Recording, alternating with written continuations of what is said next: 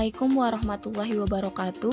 Perkenalkan, kami dari kelompok 2 yang beranggotakan Ayu Risma Kumalasari NIM 43180006, Diah Paraswati NIM 43180057, Nadif Ubaidillah NIM 43181003. Di sini kami akan membahas materi yang berjudul Pemikiran Filsafat Yunani dan Barat. Langsung saja ke materi yang pertama, yaitu Yunani kuno sampai abad pertengahan. Periode Yunani kuno. Yunani kuno adalah tempat bersejarah di mana sebuah bangsa memiliki peradaban.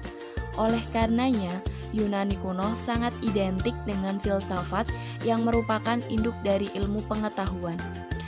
Padahal, filsafat dalam pengertian yang sederhana sudah berkembang jauh sebelum para filosof klasik Yunani menekuni dan mengembangkannya.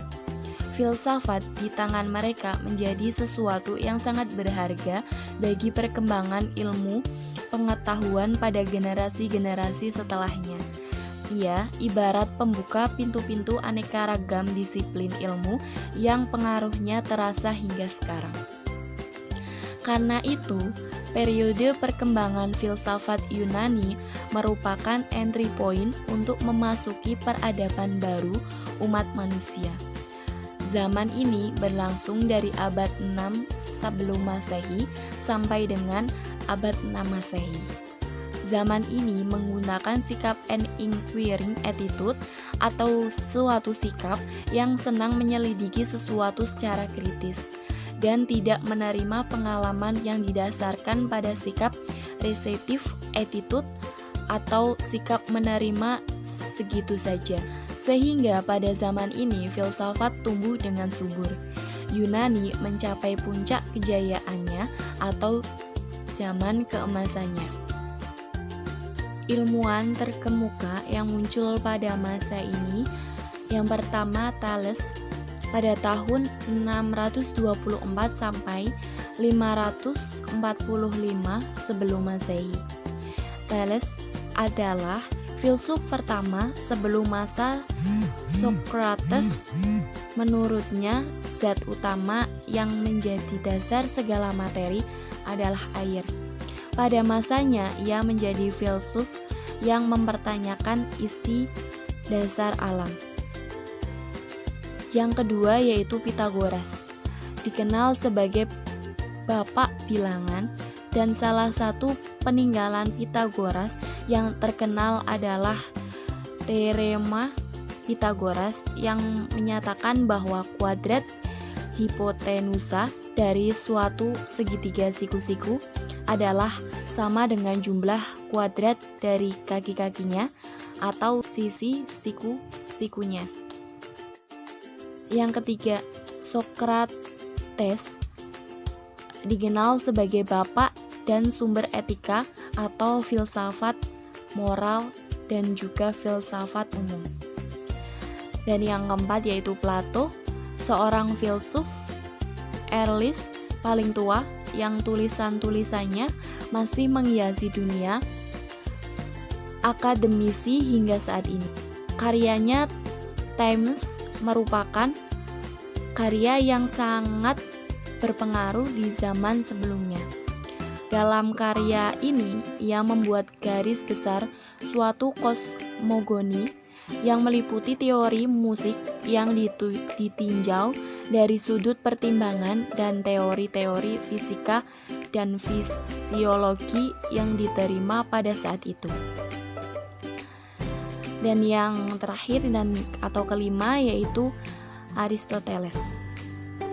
Ia memberikan kontribusi di bidang metafisika, fisika, etika, politik, ilmu kedokteran, dan ilmu alam. Yang selanjutnya yaitu filsafat abad pertengahan. Filsafat yang baru ini disebut skolistik. Sebutan skolistik mengungkapkannya bahwa ilmu pengetahuan abad pertengahan diusahakan oleh sekolah-sekolah dan bahwa ilmu itu terkait pada tuntutan pengajaran di sekolah-sekolah itu. Semula, skolistik timbul di biara-biara tertua di Galia Selatan, tempat pengungsian ketika ada perpindahan bangsa-bangsa. Disitulah tersimpan hasil-hasil karya para tokoh kuno dan para penulis Kristiani. Dan materi selanjutnya yaitu filsafat pasca Renaissance abad 17 sampai sekarang. Adalah periode perkembangan peradaban yang terletak di ujung atau sesudah abad ke-8 sampai muncul abad modern. Renaissance merupakan era sejarah yang penuh dengan kemajuan dan perubahan yang mengandung arti bagi perkembangan ilmu. Ciri utama Renaissance yaitu humanisme, individualisme, sekulerisme, empirisme, dan rasionalisme. Sains berkembang karena semangat dan hasil empirisisme, sementara Kristen semakin ditinggalkan karena semangat humanisme. Yang selanjutnya periode kontemporer. Zaman ini bermula dari abad 20 Masehi dan masa berlangsung hingga saat ini. Zaman ini ditandai dengan adanya teknologi canggih dan spesialisasi ilmu-ilmu yang semakin tajam dan mendalam. Pada zaman ini, bidang fisika menempati kedudukan paling tinggi dan banyak dibicarakan oleh para filsuf. Selanjutnya, apakah Yunani kuno pusat filsafat dan peradaban? Hal ini mungkin menarik ditanyakan, apakah benar Yunani menjadi sumber peradaban utama? Apakah benar Yunani pusat berfilsafat? Atau Yunani menjadi penyempurna peradaban dan cikal bakal ilmu pengetahuan? Sebelumnya, kita harus mengetahui batasan peradaban itu seperti apa. Menurut Arnold Toynbee, peradaban adalah kebudayaan yang telah mencapai taraf perkembangan teknologi yang sudah lebih tinggi.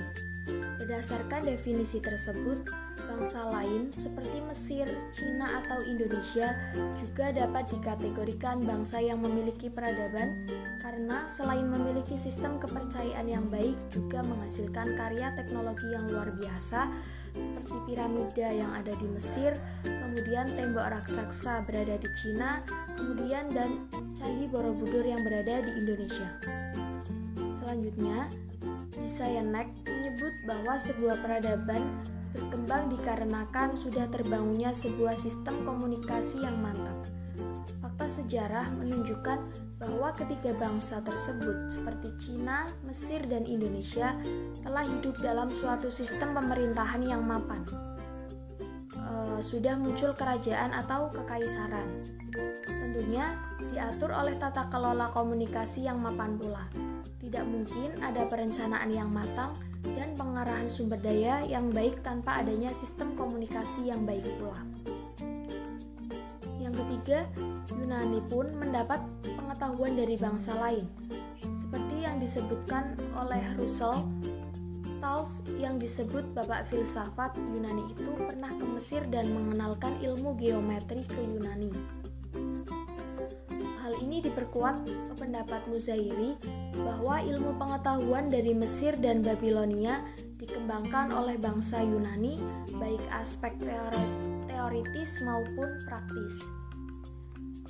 Terkait poin ketiga, meskipun beberapa literatur filsafat menyebutkan bahwa asal mula istilah filsafat dari Pythagoras yang berada di abad ke-6 sebelum Masehi, tetapi kemungkinan besar bangsa-bangsa lain seperti Cina, Mesir, dan India sudah lama mempunyai tradisi filsafat, semasa atau sebelum orang Yunani kuno. Walaupun mereka tidak menggunakan kata filosofia untuk maksud yang sama. Cina misalnya terkenal dengan pemikiran filsafat Konghucu yang menjadi dasar perkembangan peradaban Cina sebelum Kaisar Shi Huangdi hingga sekarang. Banyak filsuf yang berpengaruh yang muncul di era Yunani, tapi kita seharusnya tidak menyampingkan sisi dunia yang lain di luar Yunani juga telah melahirkan pusat peradaban. Al-Quran, sumber dari segala sumber ilmu dari awal hingga akhir zaman. Al-Quran menurut kebahasaan berakar dari kata qara'a yaqra'u Qur'anan, yang berarti bacaan atau yang dibaca. Secara general, Al-Quran berarti sebagai sebuah kitab yang berisi himpunan kalam Allah, suatu mukjizat yang diturunkan kepada Nabi Muhammad SAW melalui perantaran malaikat Jibril, ditulis dalam mushaf yang kemurniannya senantiasa terpelihara, dan membacanya merupakan amal ibadah. Quran Surat Al-Anbiya bercerita tentang penciptaan bumi dan air sebagai sumber kehidupan, adalah sumber kebenaran yang sudah berada dalam pengetahuan Allah jauh sebelum Thales atau yang hidup pada abad ke-5 sebelum Masehi. Bahkan sebelum manusia pertama Nabi Adam alaihissalam diturunkan ke bumi. Tidaklah mungkin pengetahuan Allah didahului oleh pengetahuan manusia yang diciptakannya. Sebaliknya, Allah lah yang mengajari manusia berbagai pengetahuan. Quran Surat Al-Baqarah ayat 30-33. Jadi, segala sesuatu di alam semesta adalah berada dalam pengetahuan Allah jauh sebelum Dia menciptakan Adam alaihissalam dan alam semesta. Kemudian urgensi pemikiran Islam. Filsafat Yunani telah memiliki peran penting bagi pemikiran manusia di dunia ini. Nurholis Majid dan Supriyadi menyebut filsafat Yunani memberikan sumbangsih dalam pengurusan cara berpikir yang sebenarnya sudah disampaikan Al-Quran sejak dahulu. Aristoteles misalnya dikenal memiliki pemikiran tentang berpikir logika yang bagus. Dapat disimpulkan bahwa sumber utama filsafat bukanlah dari para pemikir Yunani kuno. Para pemikir Yunani kuno ini hanya para filsuf yang membaca tanda-tanda ilahi yang sudah ada jauh sebelum Adam alaihissalam. Filsafat Yunani hanya sebagai salah satu pembuka untuk membantu menggali bahan-bahan yang sudah ada di dalam ajaran para nabi dan Al-Quran sebagai desain besar Allah Subhanahu wa Ta'ala. Filsafat Islam mengajak kita berfilsafat, memahami fenomena, dan mengembangkan keilmuan dengan mendasarkan diri kepada nilai-nilai tauhid. Pemikiran-pemikiran Yunani dan Barat mesti dikaji kembali kesesuaiannya dengan ajaran ilahi, karena jika tidak dikaji akan mendorong kita menuju sekularisme dan ateisme. Sekian presentasi dari kelompok kami. Wassalamualaikum warahmatullahi wabarakatuh.